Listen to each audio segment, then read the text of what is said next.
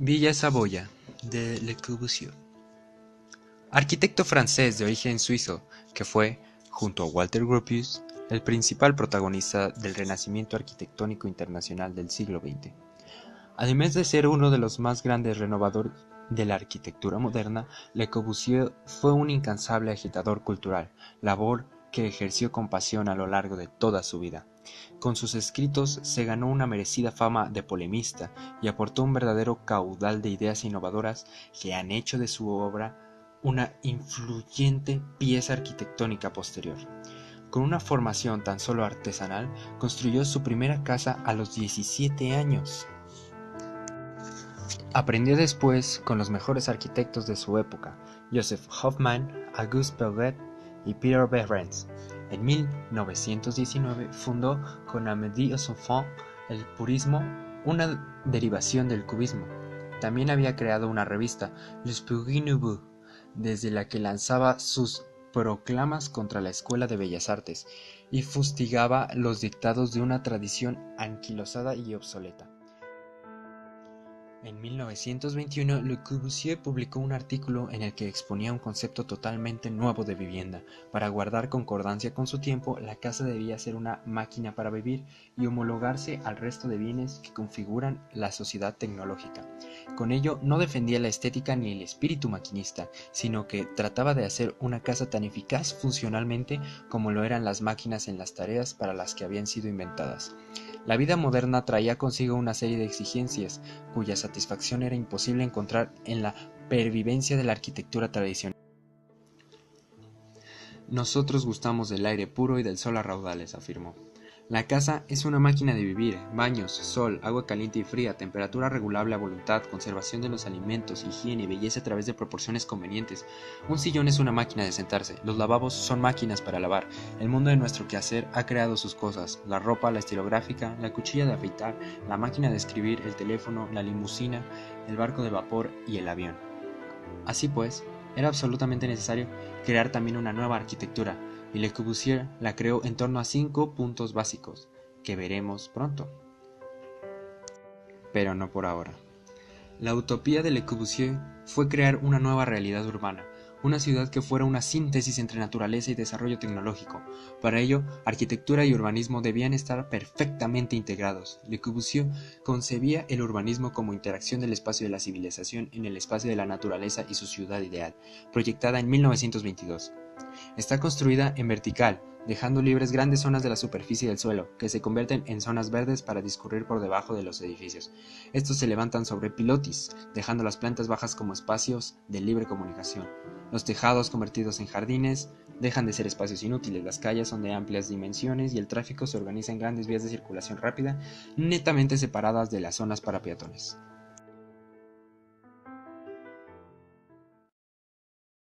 Y con esto presentamos La Ville Savoir.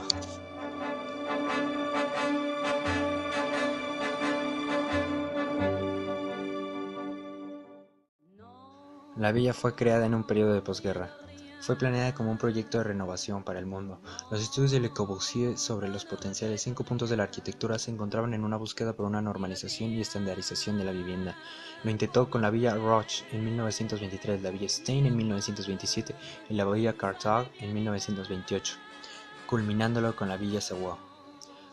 Porque esta funde la asimetría, el espacio y la noción de recorrido de la primera con la claridad geométrica de la segunda y el carácter esquelético de la tercera.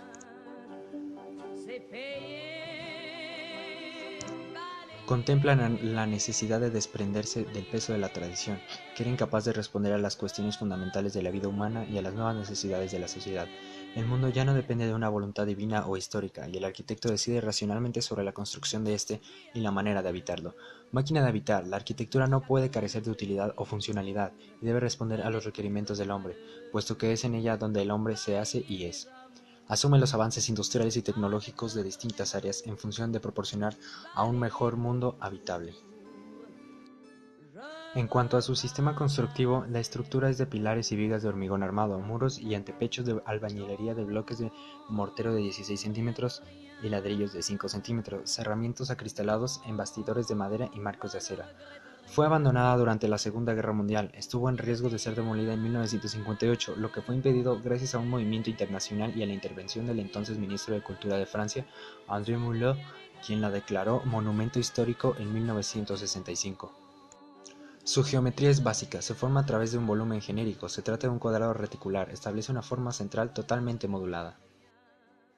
La puerta arquitectónica es la planta alta, en donde Le Corbusier se basa en una planta libre que provoca continuidad de los espacios. Incorpora una serie de rampas y escaleras que van desde el primer nivel hasta el jardín de la casa. La casa, en todos sus niveles, intenta proponer la naturaleza y que ésta sea mediante la incorporación visual o directa. Está diseñada de esta forma para la liberación del primer nivel, dejando un nivel perimetral libre para el acceso del automóvil.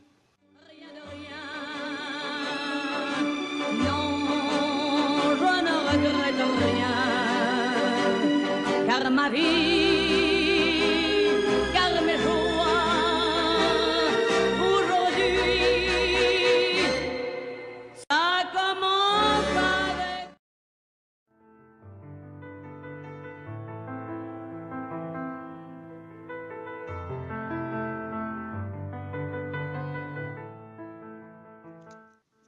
La Villa Savoya cuenta con un programa muy sencillo, cuenta con 3 niveles, se divide en las áreas privadas y públicas dando de cierta forma jerarquía en la casa como en su misma estructura.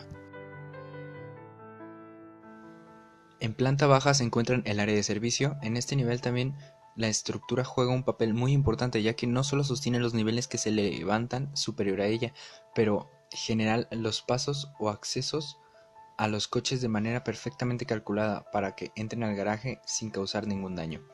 Hipótesis: en el primer piso se puede apreciar la naturaleza solo de forma visual mediante la utilización de los pilotes y los muros vidriados. Primer nivel. En este nivel se conforma a prácticamente toda la casa. Aquí es donde se encuentran las áreas privadas de la casa. Las circulaciones no solo conectan con la planta baja, también nos da acceso a la azotea o roof garden, donde la rampa es de forma exterior y la escalera comunica en la parte interior de la casa. La casa es un paralelepípedo, el cual cumple con 4 fachadas similares entre sí, las cuales debido a la orientación de la casa y del terreno corresponden a los 4 puntos cardinales, lo cual hace que el arquitecto abra ventanas a lo largo de cada una de las fachadas de esquina a esquina para no solo aprovechar que la luz natural entre por cada una de ellas, pero también dejando entrar a la naturaleza como si la misma casa le perteneciera al entorno. La hipótesis de este nivel es que por el producto de la segunda planta libre y la utilización de la ventana corrida, la naturaleza se difunde mayormente en toda la superficie del segundo piso, conmoviendo nuestros sentidos en su totalidad. Azotea o roof garden, techo jardín. En esta planta se encuentra lo que sería el solarium, un espacio en donde se siente el contacto con la naturaleza de forma muy atractiva, donde aunque estés dentro de la casa se siente un espacio completamente separado a ella. Las circulaciones de la casa nos dan el acceso a esta planta, en donde la escalera te hace llegar a un mundo diverso de la planta de abajo interiormente, y en el caso de la rampa existe el trayecto exterior de poder llegar al piso de hasta arriba en donde se aprecian diversos ángulos de la casa.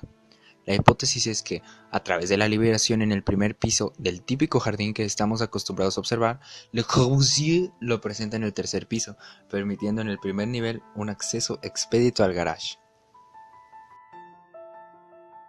En las 4 fachadas de la casa podemos darnos cuenta de las actividades que se realizan. En la obra se puede apreciar no solo los diversos cuartos, sino que, al igual, las 2 circulaciones verticales con las que cuenta, rampa y escaleras, comunicando cada uno de los niveles. La hipótesis es que Le Corbusier une estos 3 niveles mediante 2 tipos de recorridos, la escalera y la rampa. La primera da paso a un recorrido rápido y directo de la casa, mientras que el segundo permite realizar un paseo perceptivo de la estructura de la casa y su contacto con la naturaleza.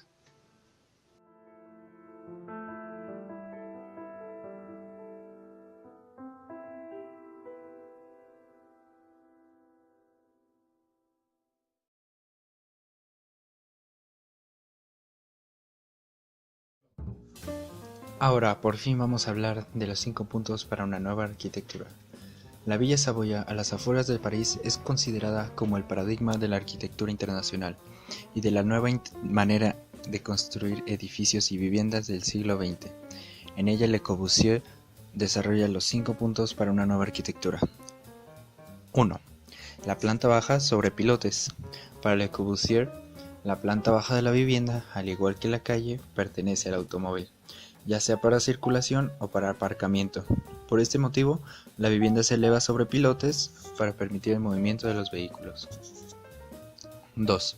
La terraza jardín.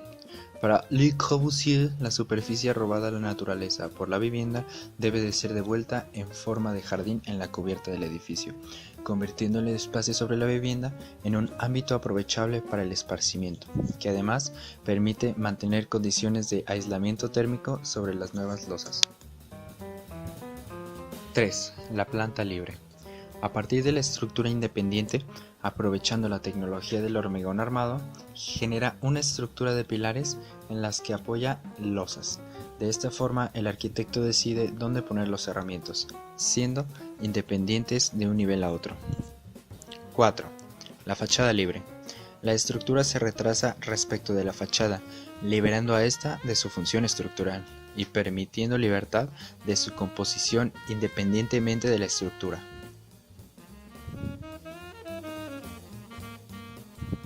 5. La ventana corrida. Por el mismo motivo del punto anterior, también los muros exteriores se liberan y las ventanas pueden abarcar todo el ancho de la construcción, mejorando la relación con el exterior y permitiendo un mejor asoleamiento de los espacios interiores. En 1926, Le Corbusier presentó este documento donde expone de forma sistemática sus ideas arquitectónicas. Los llamados 5 puntos de una nueva arquitectura representan una importante innovación conceptual para la época, aprovechando las nuevas tecnologías constructivas derivadas especialmente del uso del hormigón armado.